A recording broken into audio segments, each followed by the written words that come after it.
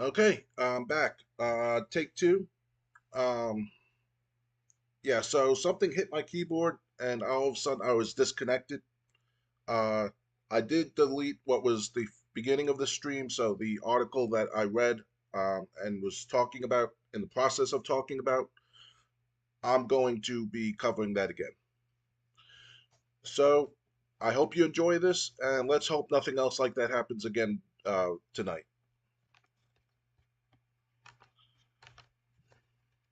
First story up. Sony moves ahead with PlayStation disc phase out despite gamer backlash.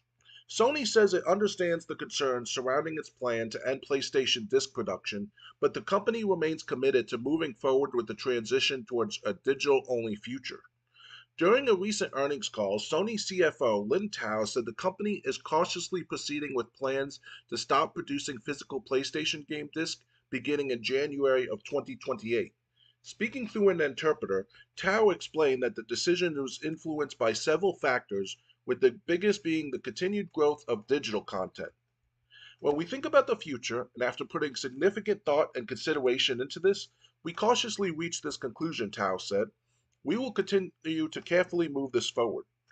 The announcement has sparked criticism from gamers and members of the gaming industry who worry about the long term impact of abandoning physical media.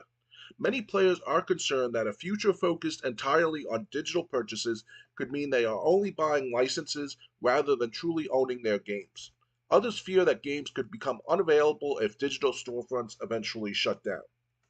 Sony acknowledged that many players have strong emotional connections to physical games. Games are loved by many people, Tao said. They are a form of entertainment that creates memories for players. We understand those emotions and we want to take that into consideration as we explore how we engage with gamers in a future digital ecosystem. Despite the backlash, Sony believes the financial impact of ending disc production will be minimal. Again, that's like that's an optimistic way of looking at it, not exactly a realist way.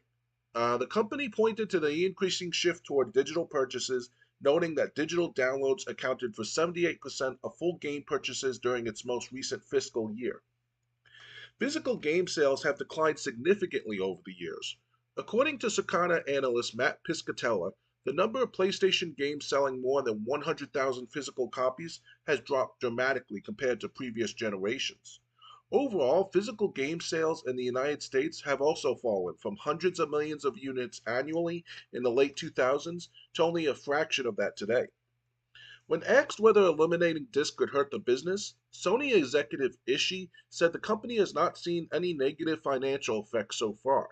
He noted that most game purchases are already digital, though he admitted Sony still needs to address the concerns of players who value physical ownership. Users and players have attachments to physical games, and we have to consider how we respond to that feedback, Ishii said. Sony executives were also questioned about how PlayStation will stand out from PC gaming, where physical discs are already uncommon. Tao argued that discs are not the main reason consumers choose PlayStation over PC. I agree. Physical games is not the reason you choose any console over PC. The reason most people choose PC, there's a few reasons people choose consoles over PC. One, you it's just too expensive to get a gaming PC that can actually play the games you want. Two, it's too you don't have the know-how to put like all the pieces that you would need together to create a gaming PC from scratch. Or three, you just want something that's a lot more simple to set up and play. You put in the you plug the console into the wall, you plug the HDMI cord or the AV cords in, and then you put it in a disc and you play it. Most people just want that simplicity when playing a game. But so I agree that yeah, those are the reasons people would gravitate towards a gaming console, whether it's PlayStation, whether it's Xbox, whether it's Nintendo, over PC. You could argue that, yeah, well, there are IPs like Mario or Donkey Kong or, Mario Kart. There might be a franchise or two or three or four that might make you say, well, I can't get those games on PC, so I'm gonna choose like Nintendo Switch or Sony or Place or Xbox if you're a big fan of Halo and Gears of War. But and then there are some people that can afford both.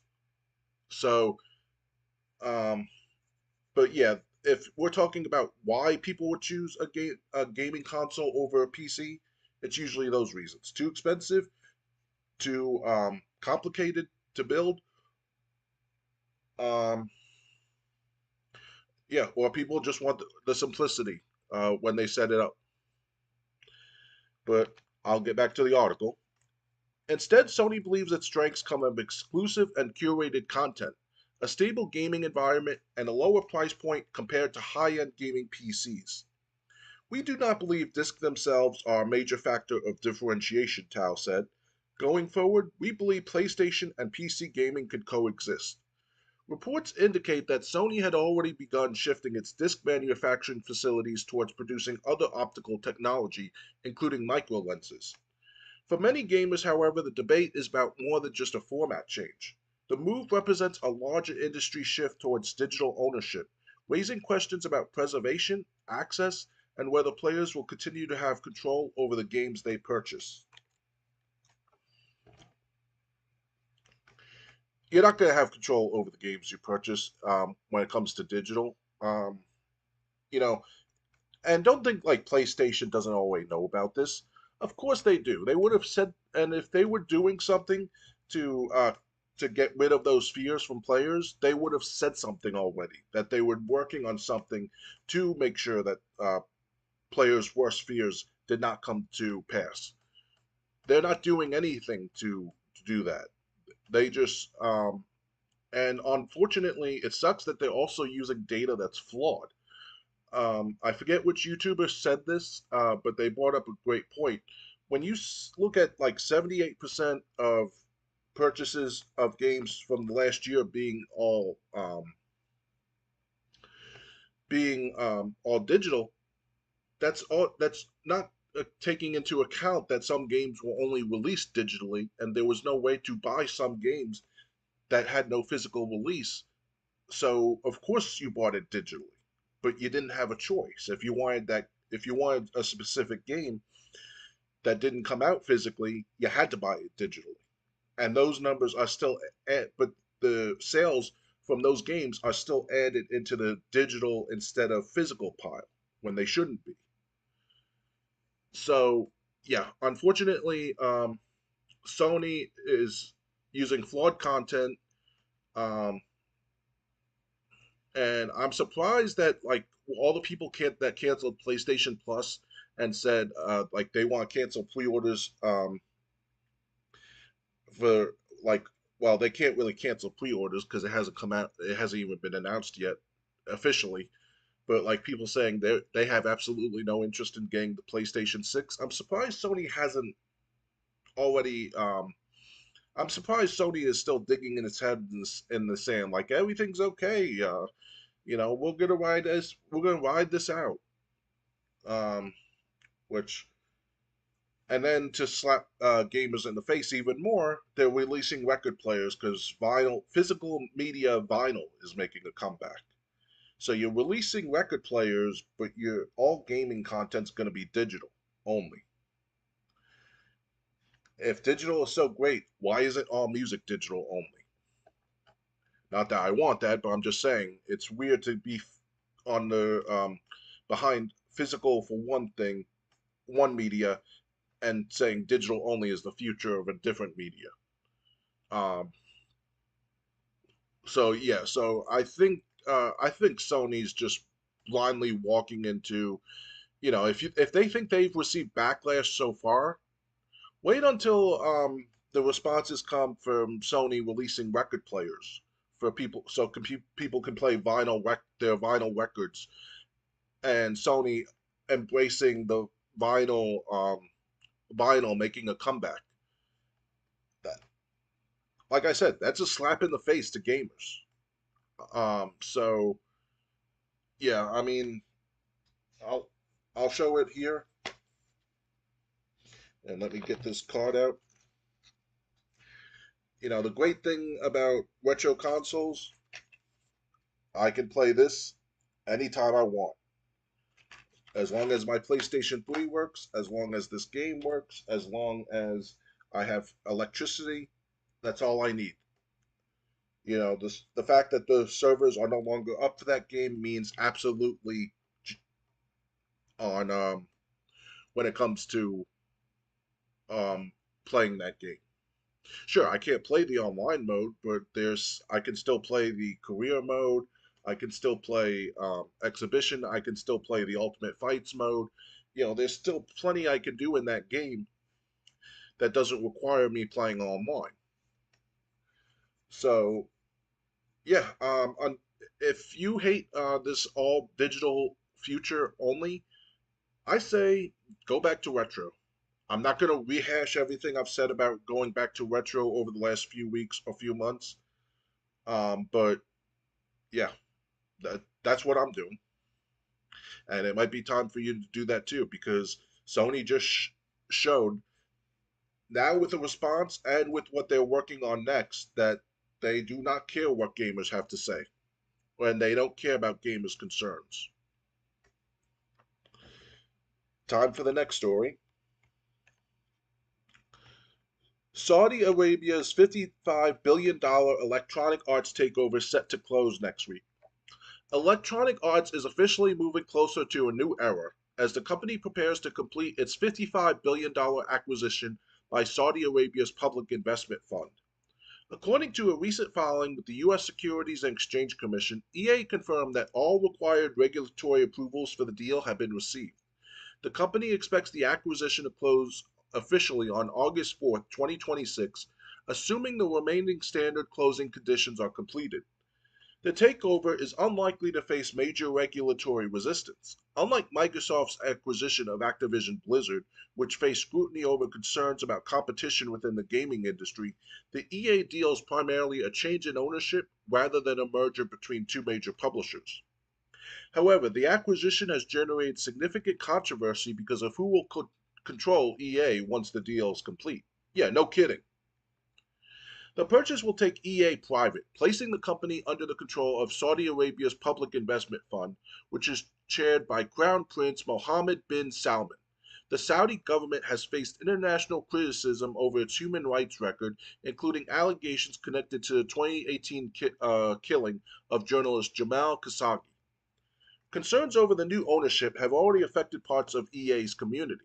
Several major Sims 4 creators left EA's creator program in 2025 following news of the planned acquisition.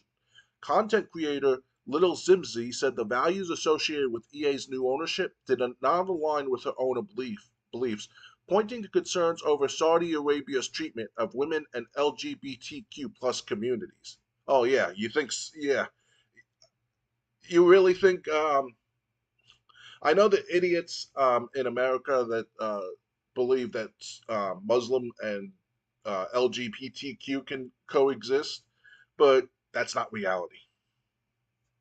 Former BioWare lead writer Trick Weeks also voiced concerns about the company's future direction, suggesting that EA's major sports and action franchises would likely remain unaffected, while games and content involving social issues or LGBTQ representation could face greater scrutiny.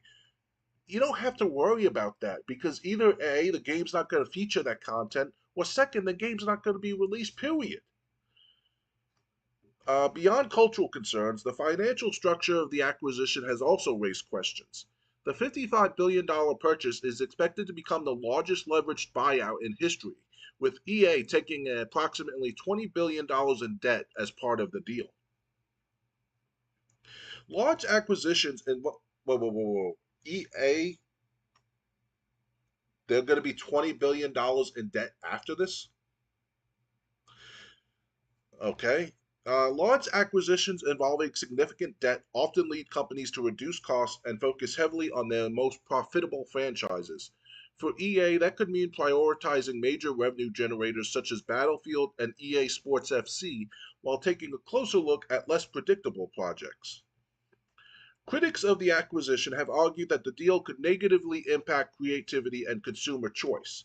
Players Alliance HQ, a group that has previously protested the takeover, criticized regulators for approving the purchase and warned that private investment groups and foreign governments gaining control of major gaming companies could create risk for the industry. Gaming depends on creativity and freedom, the group argued, stating that it plans to continue monitoring EA's decision under its new ownership. I wonder how long that's going to last. Despite the controversy, a major roadblock to the acquisition never appeared likely. One of the investment partners involved in the deal is Affinity Partners, founded by Jared Kushner, former President Donald Trump's son in law. Trump has maintained a close relationship with Saudi Crown Prince Mohammed bin Salman, while current Federal Trade Commission Chair Andrew Ferguson has also been a prominent supporter of Trump. With regulatory approval complete, Electronic Arts is now preparing for one of the biggest ownership changes in gaming history. The coming years will determine whether the acquisition simply changes who owns EA or whether it reshapes the company's games, priorities, and relationships with players. Um, yeah, with Saudi Arabia owning EA Electronic Arts, I is there anyone out there that really doesn't think that things are going to change once they take control? Seriously, um, anyone with an IQ over 80 can see that. Of course, things are going to change. They're not going to continue releasing games the way they've been released. You might be playing on the other side of in the next battlefield if this does go through. Um, Games that are LGBTQ friendly are going to be MIA. Uh, they're not going to exist anymore. So you know, and I saw someone leave a stupid comment saying, "Well, who cares? Um, who's releasing the games that you want to play? You still get to play them. Not if the game that you want to play has aspects that goes against the country's beliefs. This is So I mean, while Saudi Arabia may not be the most controlling country, it's still a Muslim country. So, like I said, I expect The Sims to be a dead franchise. Who knows what's going to happen to the American sports? The Madden series, the college. Was college football also under the EA umbrella, or was that a different company? But still, any sports that was under the EA, I have no idea what's going to happen there, if they're going to continue or not. Um, yeah. So, and like I said, when it comes to like war shooters, they're obviously not going to have anything that paints them in a bad light allowed to be released. So, I really highly doubt that they're going to buy this company and just let things run stat quo. Because another thing, if things running stat quo were so great anyway, why the sale in the first place?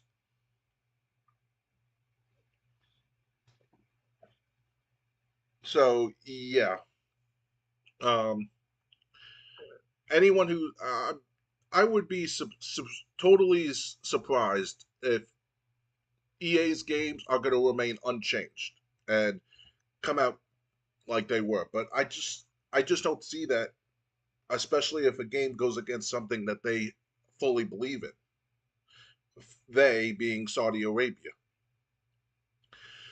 So I mean, and don't fool yourself. Like when WWE goes over there to produce wrestling events, if the women get booked, they still have to wrestle like in full length suits because they can't show any skin below the neck.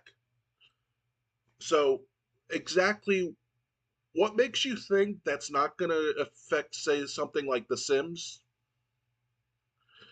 Yeah, I might not have any more jokes to make about The Sims if this goes through on August 4th. And like I said, I don't know what's going to happen with the sports franchises, and I'm really think you're kidding yourself if like any war shooters are not going to be impacted by this as well. Uh, but only time will tell to see if I'm wrong or right. Until then, I say we get into the next story. Xbox outage prevented some physical games from working across three console generations. A major Xbox outage that lasted roughly 16 hours prevented some players from accessing their games, including certain physical copies, as Microsoft investigated a licensing service failure that affected Xbox 360, Xbox One, and Xbox Series X and S systems.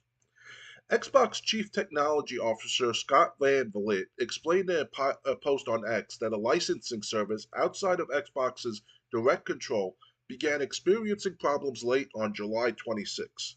Because Xbox relies on that service for authentication and ownership checks, the failure affected sign ins, game libraries, and the ability to launch certain titles. Microsoft restored normal service around 2:30 p.m. Pacific on July 27th. During the outage, Xbox's official status page warned players that even disc based games could be affected. For some users, inserting a physical game disc did not guarantee access, leaving purchased copies unable to launch just like digital only games. The issue highlights how physical media works on modern Xbox consoles. Unlike older systems where discs could function as fully playable copies, Xbox One and Xbox Series X and S discs typically contain encrypted game packages known as XVC files along with licensing information. The disk itself does not always provide everything needed for the system to verify ownership and start the game. According to Van Vliet, Xbox or Vliet, it's VLIET. Xbox's automated monitoring systems detected the problem overnight, leading engineers to declare a major incident. The team redirected traffic to healthier systems while investigating the cause. The outage affected any feature requiring an ownership or entitlement check, including viewing game libraries and launching purchased titles. Some games continued working because different publishers and services rely on separate systems. Van Lith said the company's internal review will focus less on the immediate cause and more on the larger questions surrounding the failure. I care less about the one line root cause, he said, explaining that Microsoft wants to understand why one service failure had such a wide impact and why recovery took as long as it did. Microsoft has not fully explained why physical games were affected.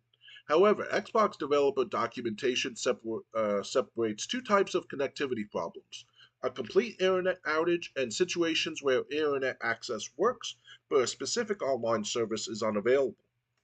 The system is designed to handle a full loss of internet by allowing games with offline functionality to launch based on their stored information.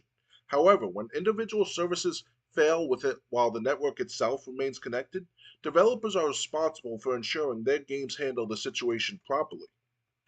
A similar issue occurred during a previous Xbox outage in July 2024 when some players regained access to installed single player games by manually switching their consoles into offline mode through network settings. The timing of the outage comes as debates over digital ownership continue across the gaming industry.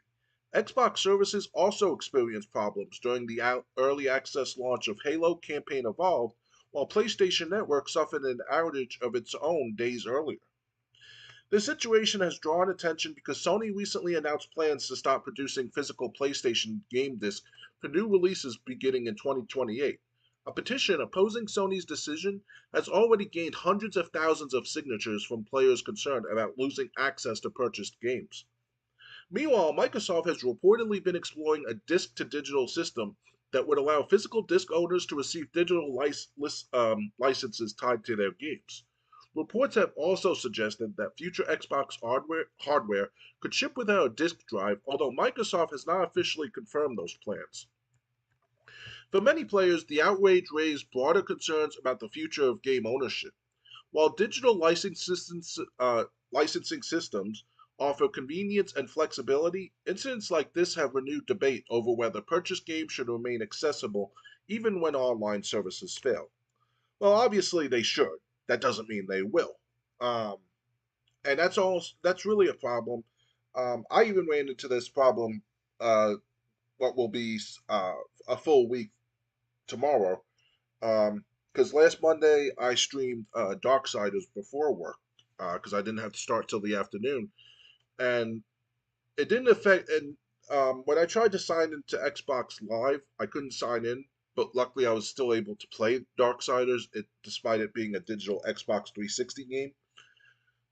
So yeah, but I do remember it saying it wouldn't let me sign into Xbox Live, and I was like, why isn't it letting me sign in? Um, you know, usually, even if there's a problem like that, it corrects itself in like a minute or two.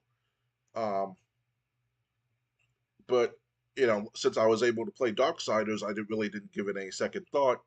But if you saw in the beginning of the stream, yeah, it said couldn't connect to Xbox Live. Luckily, Darksiders is completely offline because I don't think there is a multiplayer uh, mode. Period. And that's what. And I was able to stream Darksiders. But yeah, this is what we're looking at. Something like this could happen with games going all digital, and of course they'll work on getting the problem something like this fixed. But it took them 16 hours this time.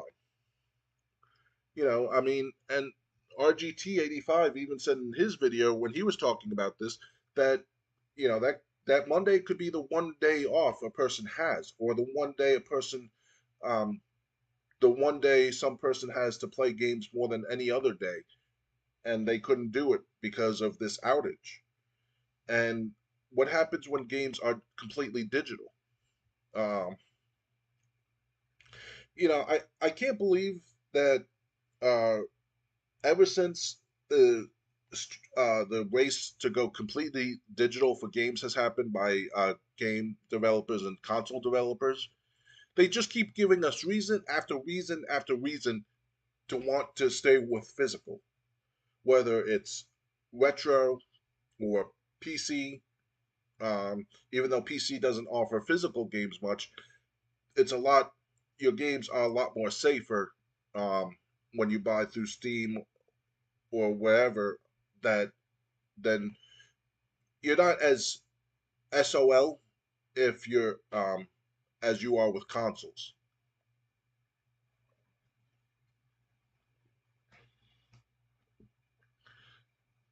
Yeah, so that's what happened with me. I was part of the outage. I didn't even know about it. And think about it.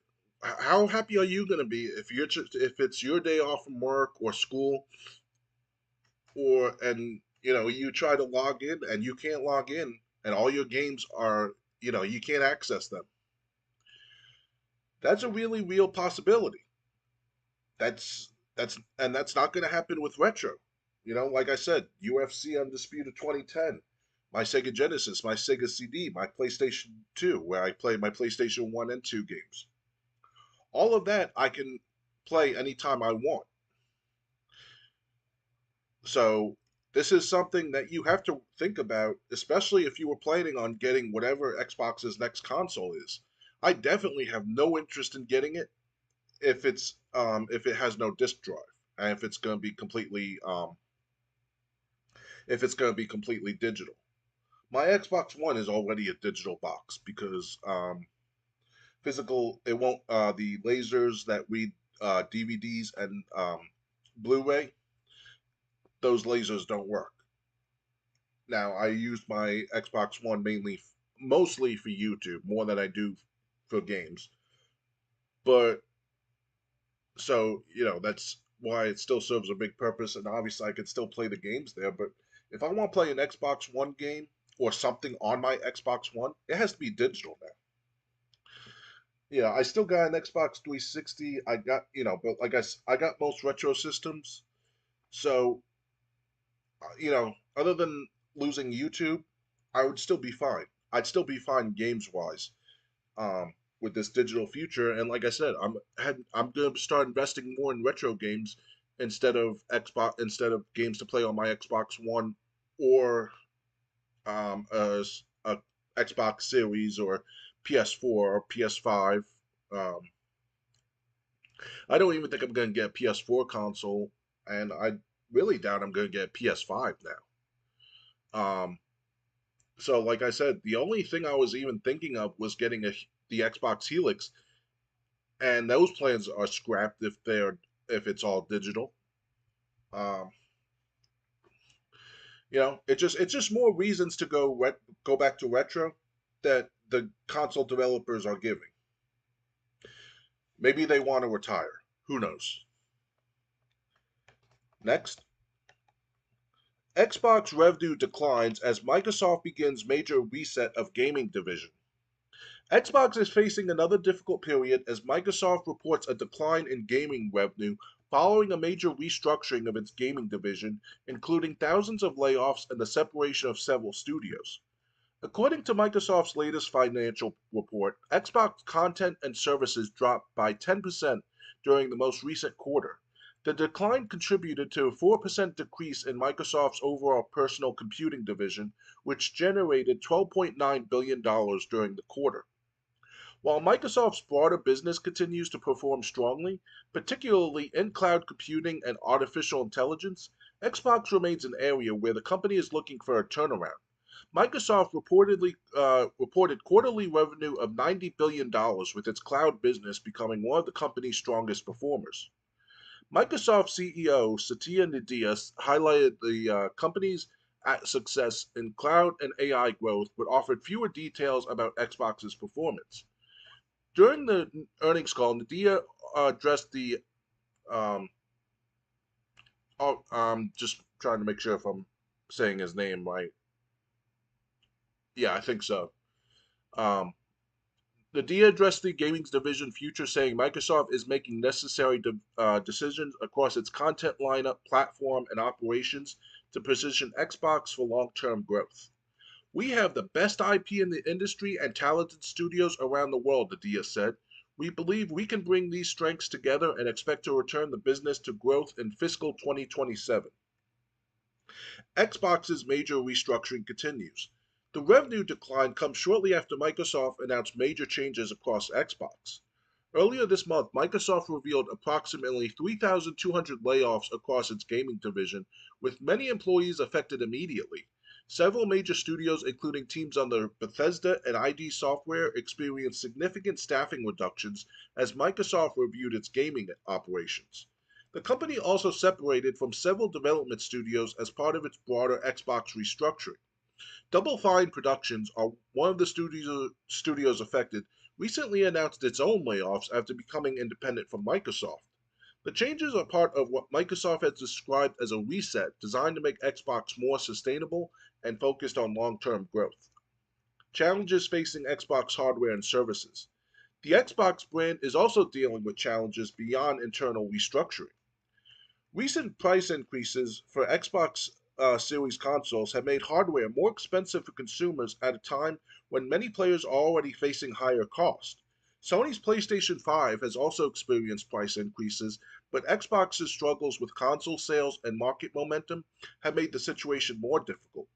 Hardware shortages and increased component costs, partially driven by demand from artificial intelligence infrastructure, have placed additional pressure on technology companies across the industry. Xbox's path forward. Microsoft is hoping that upcoming releases and a renewed focus on major franchises can help reverse the decline.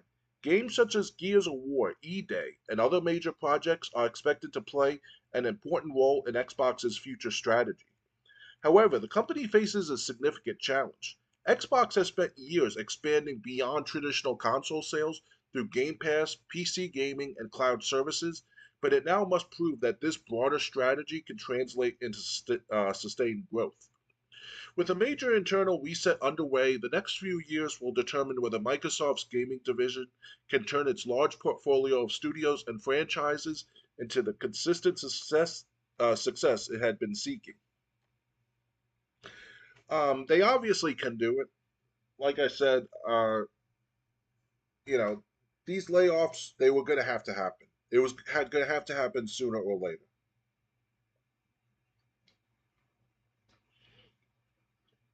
But so I'm not surprised with that.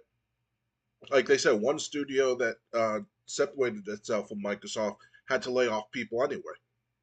So um, it's no doubt it's a tough time, but one thing Xbox could do, I believe Xbox has more of a chance now than it has had in previous years to be successful. And one way Xbox could definitely guarantee that is embracing physical media. If they're getting away from whoever thought it was a great idea to try to turn the Xbox One all digital in 2013, and they say, don't worry, we're not going Sony's route, we're not getting rid of physical disc anytime soon, if ever, we definitely plan the Helix to be a disc-based system. That could that could help Xbox a lot.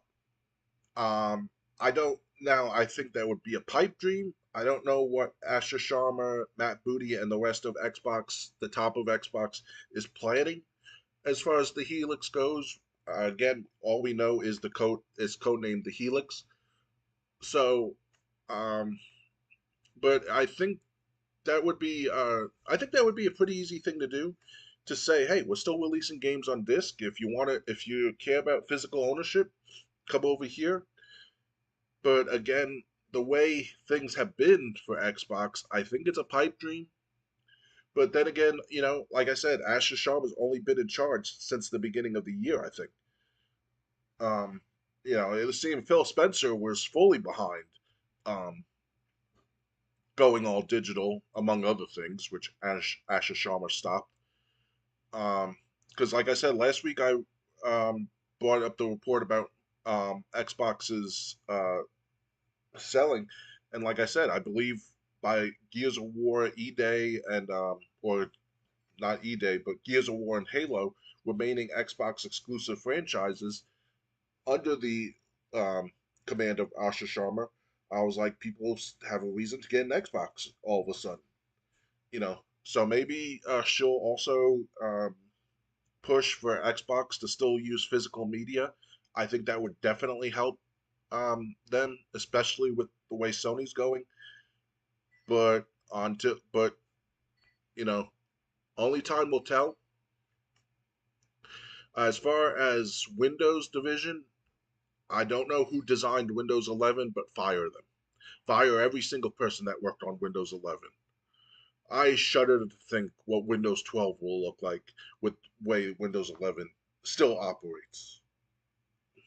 You made a broken operating system. You forced everyone to change over to that operating system, and then we're like, "Oopsies, we can't do anything because we're too dumb to fix it." Fire everyone that had a hand in designing Windows 11. But that's my decision. But um that's the way I look at things. Time for the next story, and it's actually about Double Fine, which I just covered in the last one. But maybe there'll be more details in this article. Double Fine announces layoffs after becoming independent from Xbox. Double Fine Productions has announced a round of layoffs just weeks after separating from Xbox and becoming an independent studio. The developer behind games such as Psychonauts and Broken Age confirmed that 23 employees have been let go, saying the cuts were necessary to ensure the company's long-term survival. Our transition to becoming an independent company means becoming a size that we can sustain, Double Fine said in a statement shared on Blue Sky. Oh, great. I already hate you, Double Fine Productions. The people we are losing were all important. They all made an impact on our games and culture, and they will be missed. The layoffs come less than a month after Microsoft's major Xbox restructuring, which saw thousands of employees affected, and several studios either closed or separated from the company. Double Fine was one of the studios allowed to continue operating independently rather than being shut down completely. While some fans praised Xbox for giving Double Fine the opportunity to continue outside of Microsoft, the transition also created significant challenges. The studio had built a reputation for creative, unusual games that often receive critical acclaim but do not always generate blockbuster sales. Entering the current gaming market as an independent developer presents a difficult financial challenge. Double Fine was not the only former Xbox studio facing uncertainty. Compulsion Games, another developer separated from Microsoft during the restructuring, began searching for new opportunities shortly afterward. Reports also indicated that several Compulsion employees had started looking for new jobs before the layoffs were officially announced. The number of employees remaining at Double Fine has not been confirmed. According to Bloomberg reporter Jason Schreier, the studio had approximately 90 employees before the layoffs. The cuts highlight the growing pressure on smaller and mid sized studios in the gaming industry. Even respected developers with passionate fan bases are facing difficult decisions as development costs increase and publishers become more focused on financial sustainability. For Double Fine, the challenge now is finding a way to preserve its creative identity while operating independently in a much tougher market. Um, well, I certainly think a whole lot less of this company now that I know they post on Blue Sky. I have no shame in admitting that. Um, and obviously, any studio that has to let go of employees sucks. But you know, I mean, it was lucky that they were allowed to continue business, even though they were going to have to continue it, I guess, outside of the umbrella of Microsoft. Um, so yeah, I mean, it sucks. It didn't, and unfortunately, there weren't many more details about what happened. Uh, and I mean, it just said they were behind Psychonauts and Broken Sword. So I don't know what they're planning next. Um, Honestly, it's kind of hard to care because I mean, if you post on Blue Sky, that says a whole lot about me. That's not general. And none of that's good. That about what it says. Um, so yeah, um, we'll just have to see how that developer um, weathers the storm going forward. It could lead to more cuts. Um, so we'll just have to see. Time for the next story. Oh, Tencent. Hold on.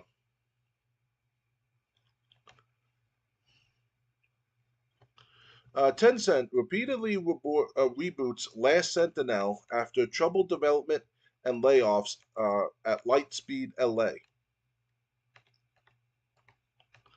Tencent's upcoming open-world action game, Last Sentinel, had reportedly undergone a major internal reboot following years of development challenges, according to Bloomberg's Jason Schreier. The project developed by Lightspeed LA had reportedly been in development for approximately 6 years, with a budget reaching into the hundreds of millions of dollars. Originally announced as a major new franchise for Tencent, the game was intended to deliver a cyberpunk inspired open world experience influenced by titles from Rockstar Games. However, reports indicate that development struggled behind the scenes due to several issues, including frequent staff turnover, an unclear creative direction, delays, and increasing production costs. Sources familiar with the project told Bloomberg that an internal playtest earlier this year received heavily negative feedback. Following a review of the game, Tencent executives were reportedly unhappy with its current state and pushed the development team to make significant improvements. After a final presentation in July, Tencent reportedly decided not to continue with the project in its current form. The decision led to approximately 80 layoffs at Lightspeed LA. Despite the major changes, Last Sentinel had not been officially canceled. Bloomberg reports that the game remains in development, but sources claim it will be substantially different from the version originally revealed. If the project eventually releases, it may represent a complete reimagining rather than the cyberpunk open world adventure that was first announced. The situation reflects the increasing pressure on major publishers and developers attempting to create large scale open world games. With development costs reaching unprecedented levels, companies are becoming more willing to restart or cancel projects that failed to meet expectations before release.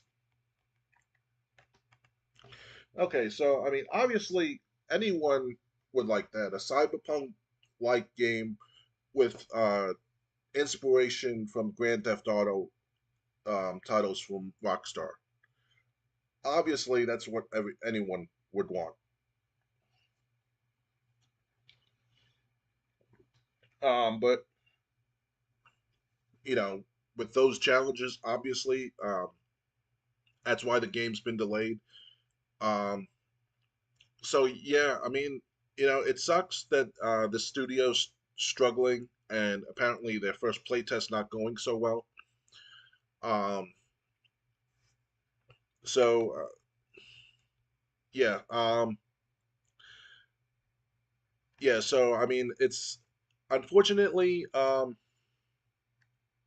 hope everything works out. Because I the project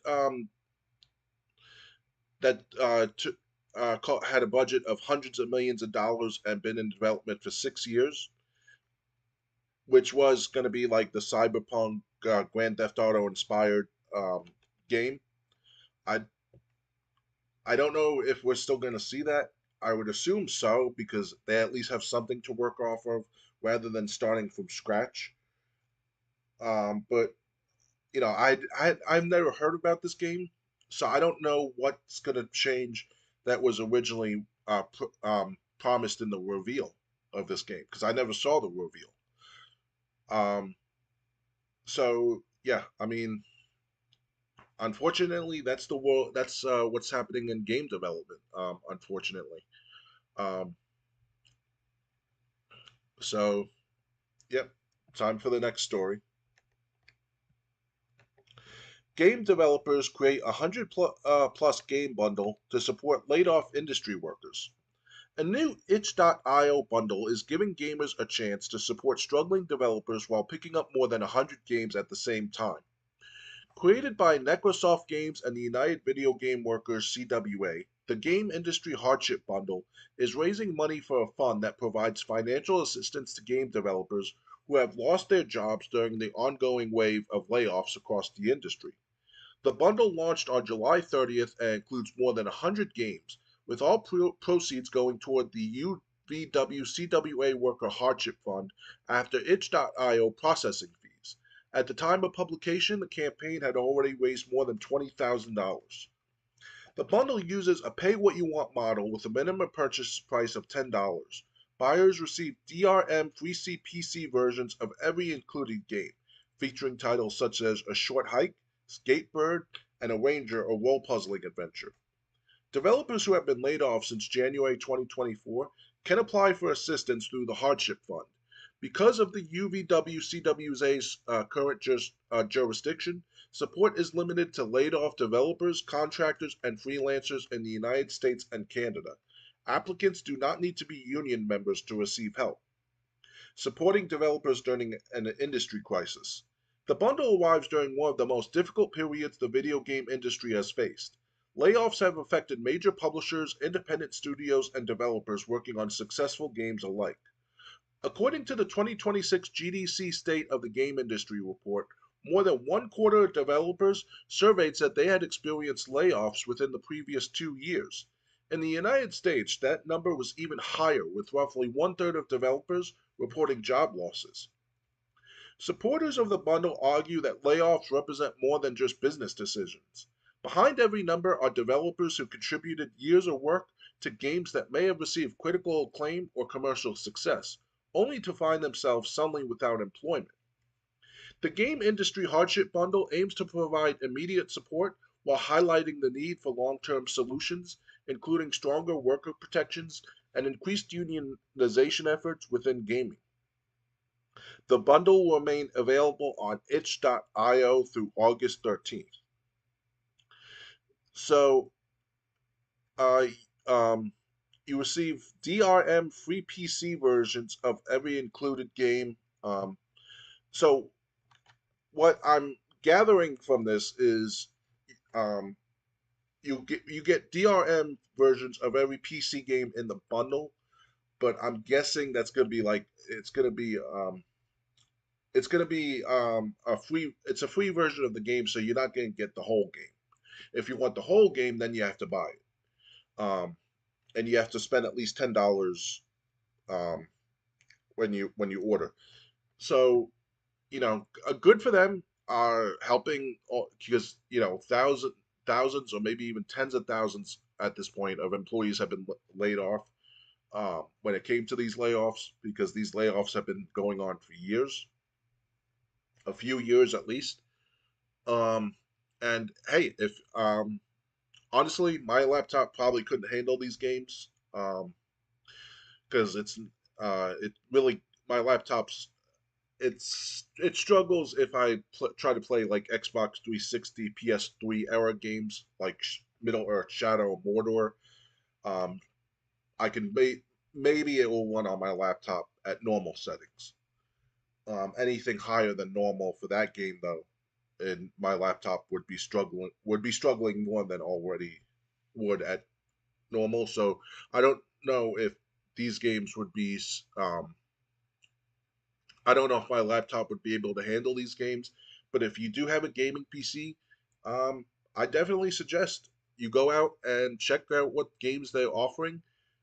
Um, and this is a limited time offer. They're only offering this until August 13th. So you still got like a week and a half to check out the games they're offering and see if there's something you like, and then you'd also be helping out laid off developers in the process. So, and good on them for itch.io and the company, uh, the UVWCWA, trying to help out game developers that were laid off. That's quite awesome. There's really nothing bad I can say about that. Um, so yeah, definitely check them out. But and you might find some games for yourself that you enjoy um, in the process. So sounds like a win-win. Time for the final story tonight. Uh, Xbox Game Pass and new releases for August 3rd through the 7th. Beast of Reincarnation leads a packed week of games. Microsoft is kicking off August with a new wave of releases coming to Xbox Series X and S, Xbox One, PC, and Xbox Game Pass. The week of August 3rd through August 7th features a wide variety of experiences, including action RPGs, life simulators, puzzle adventures, horror games, and retro inspired arcade titles. The biggest release of the week is Beast of Reincarnation, arriving on Xbox Game Pass and bringing players into a post apocalyptic version of Japan filled with dangerous creatures, ruined landscapes, and a powerful bond between a warrior and her canine companion. Major Xbox release of the week, Beast of Reincarnation. It'll be released August 3rd, so that's tomorrow from when this is being streamed on Xbox Series, X and S, PC, and Xbox Game Pass. Um, Single player action RPG set in a world where nature has reclaimed the remains of civilization. Players take control of Emma, an outcast traveling alongside her blighted dog companion Ku. Together, they must survive a dangerous wilderness while uncovering the secrets of this ruined world.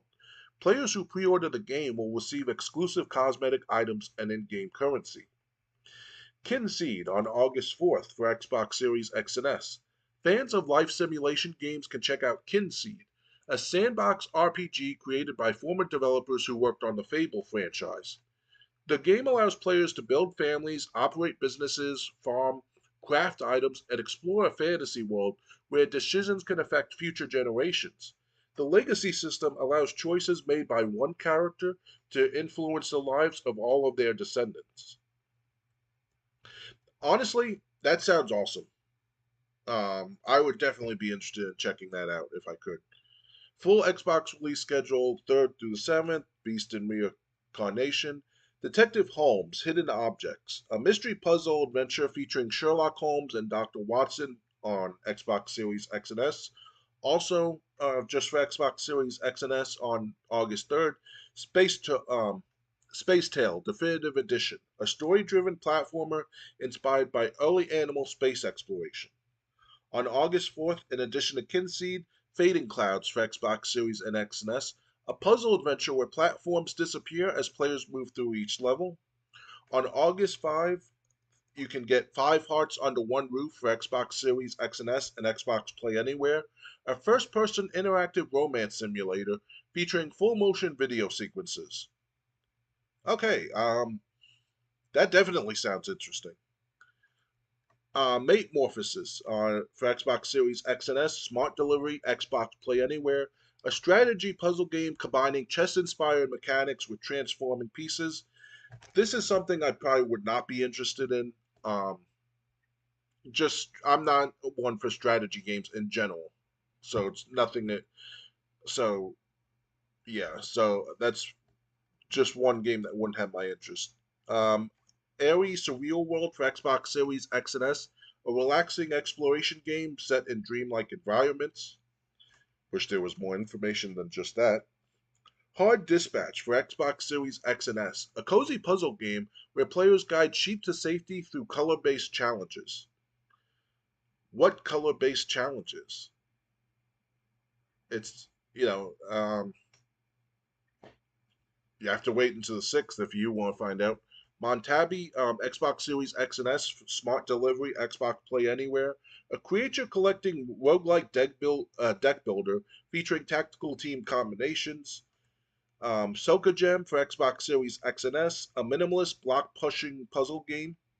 Vengeance of Mr. Peppermint for Xbox Series X and S and Smart Delivery, a challenging side-scrolling beat 'em up inspired by Korean crime thrillers.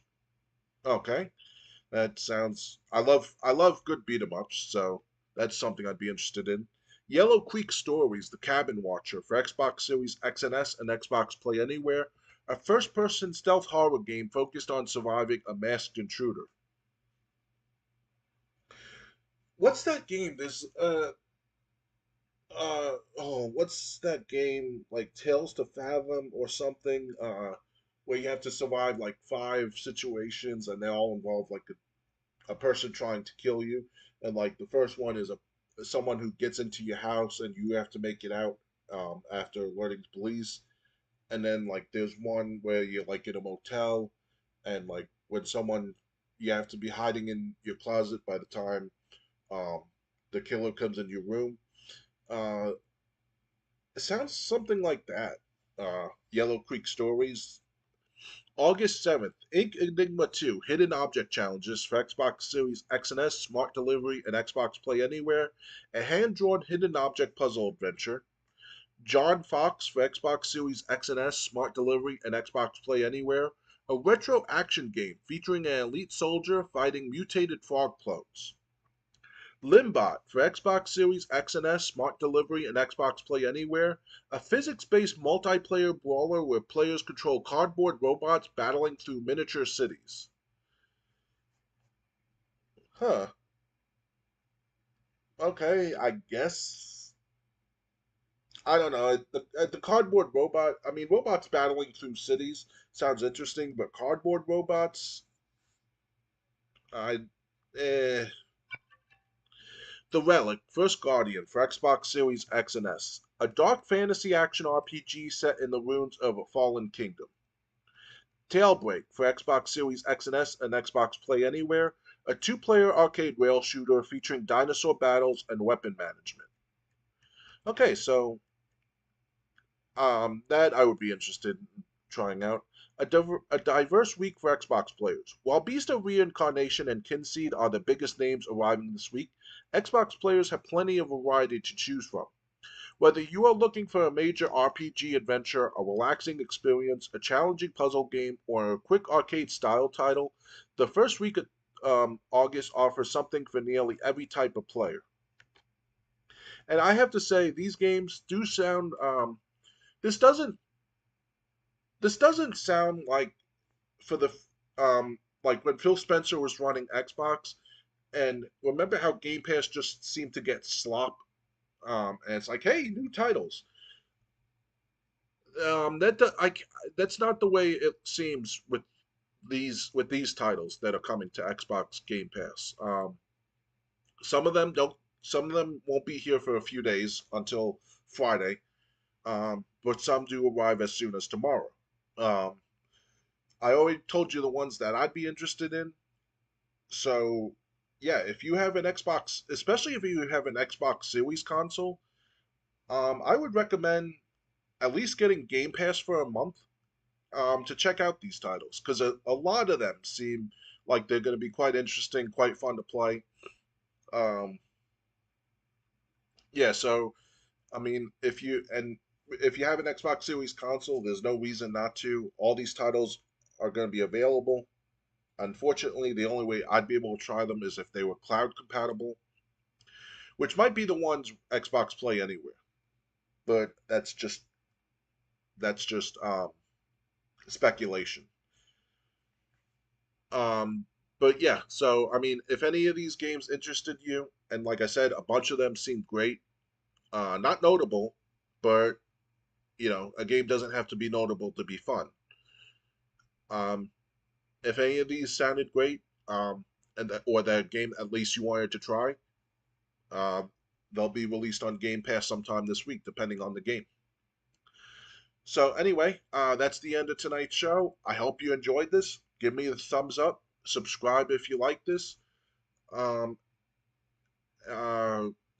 what I did will do. Please consider joining my Patreon just for $1 a month. You get a weekly exclusive video.